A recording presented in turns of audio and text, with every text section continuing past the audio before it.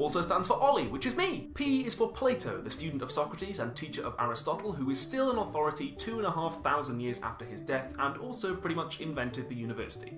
P could also stand for proposition, not that sort of proposition, broadly any statement which could be true or false.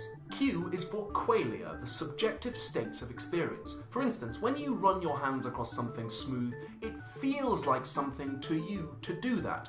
Qualia are the subjective bits, the what it is likeness of experience. Beyond that, there's a great deal of debate as to what exactly they are. R is for rationalism, the theory which says that knowledge comes through figuring things out. S is for Socratic method, named after the ancient Greek philosopher Socrates. This is the technique of continually questioning an assumption or belief in order to see what its implications are and eliminate the ones we don't want.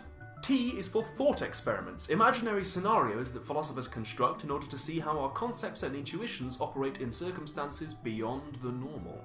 U is for universals. There is debate in philosophy about whether two things which share similar properties each have their own version of the property or share one overarching property. These proposed overarching properties are called universals. V is for valid, which is a technical term. An argument is valid if its premises logically entail its conclusion.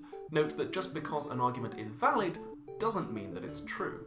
W is for Wittgenstein, the 19th and 20th century Austrian philosopher noted for his work on logic and language, as well as being an enigmatic and interesting man. X is for Xenophon, who was really more of an historian than he was a philosopher, but he was a student of Socrates, and X is hard, so give me a break. Y is for Stephen Yablo, Professor of Linguistics and Philosophy at MIT. The reason he's on the list is because he wrote some really cool stuff about maths, which I had to write an essay on a while ago, and also there aren't that many philosophy words which begin with Y. Z is for zombies. No, really. In the philosophy of consciousness, zombies are a proposed class of the population which look and act exactly like human beings, only they don't have any subjective experience. It doesn't feel like anything to be a zombie. There is debate about whether these things are possible, and also whether they're imaginary. If you have any more philosophical words you'd like to hear defined, put them in the comments. Subscribe to join the PhilosoPhans, and I will see you in the next episode.